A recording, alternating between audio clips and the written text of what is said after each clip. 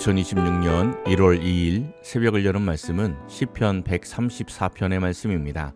봉독하여 드리겠습니다. 보라, 밤에 여호와의 성전에 서 있는 여호와의 모든 종들아, 여호와를 송축하라. 성소를 향하여 너희 손을 들고 여호와를 송축하라. 천지를 지으신 여호와께서 시온에서 내게 복을 주실지어다. 아멘. 오늘 시편은 성전에 올라가는 노래의 마지막 시편으로 성전에 올라가는 노래의 결론이기도 합니다. 짧은 본문이지만 중요한 메시지를 담고 있습니다. 구약시대의 유대인들은 1년에 3번 성전에 올라가서 절기를 지켜야 했습니다. 교통이 좋은 시절이 아니었기 때문에 멀리서 오는 사람들은 많은 시간과 물질을 지불해야 했습니다. 힘든 일이었지만 성전을 찾는 이들의 마음은 억지가 아니라 큰 기쁨으로 성전을 찾아왔습니다. 오늘 말씀은 오랜 순례 여행 끝에 성전에 도착한 자의 감격과 이들을 맞이하는 제사장과 레위인들의 축복이 어우러지는 감사의 찬양입니다. 1절입니다.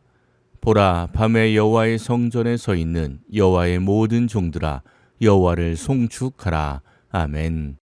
보라, 밤에 여호와의 성전에 서 있는 여호와의 모든 종들아 라는 말씀으로 시작을 하고 있습니다.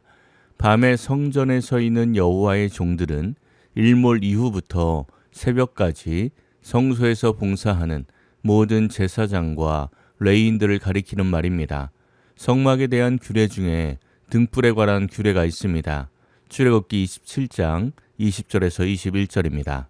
너는 또 이스라엘 자손에게 명령하여 감나무로 짠 순수한 기름을 등불을 위하여 내게로 가져오게 하고 끊이지 않게 등불을 켜되 아론과 그의 아들들로 회막안 증거궤 앞 휘장 밖에서 저녁부터 아침까지 항상 여호와 앞에 그 등불을 보살피게 하라. 이는 이스라엘 자손이 대대로 지킬 규례이니라. 아멘. 성막 안에 등불이 꺼지지 않도록 보살펴야 할 책무가 제사장과 레위인들에게 있었습니다. 그래서 출애굽기의 말씀처럼 저녁부터 아침까지 성소에서 근무하는 제사장과 레위인들이 있었습니다. 1절 말씀에 밤에라고 번역된 단어는 복수형입니다.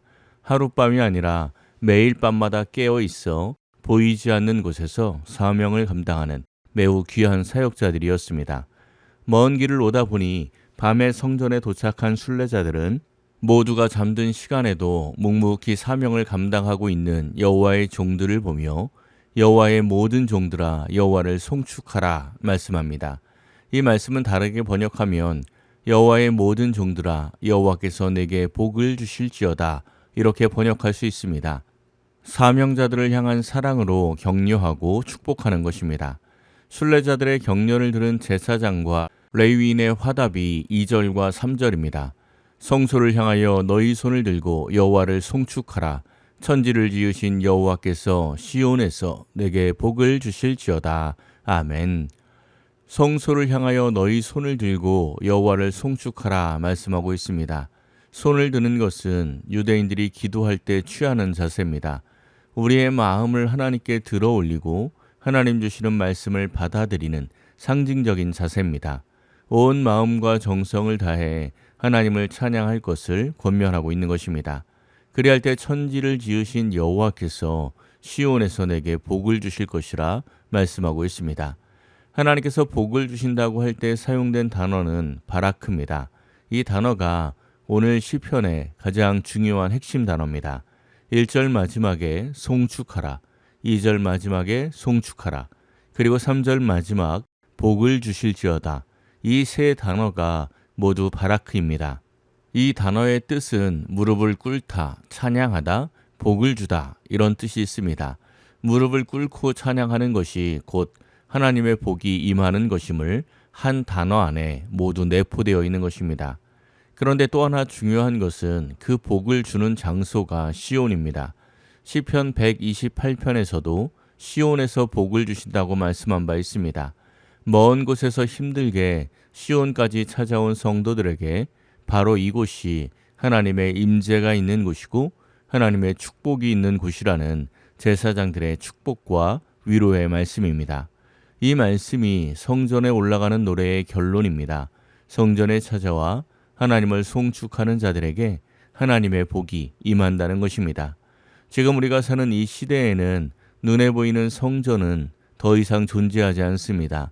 구약에 나오는 성전은 예수님께서 허물라 말씀하셨고 십자가의 부활로 진정한 성전을 완성하셨기 때문입니다.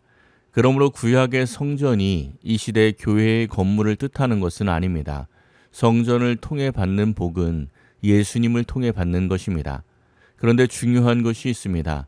골로새서에서 말씀하듯이 교회의 머리는 예수님이시고 교회는 주의 몸과 같습니다.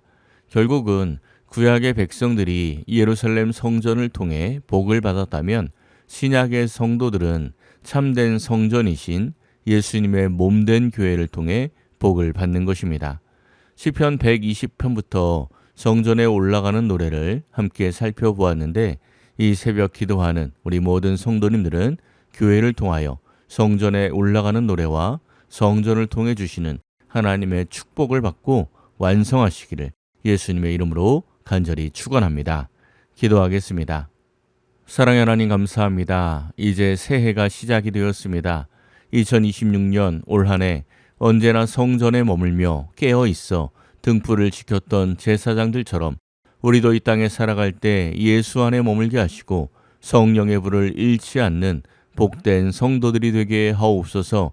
우리 미랄교회가 오직 예수님이 머리가 되는 교회임을 잊지 않아 찾아오는 이들마다 시온의 복을 받는 하나님이 사랑하시는 참된 교회, 살아있는 교회가 되게 하옵소서. 오늘 하루도 주님과 동행하는 복된 하루가 되게 하옵소서. 모든 것을 감사드리며 우리 주 예수 그리스도의 이름으로 기도하옵나이다. 아멘.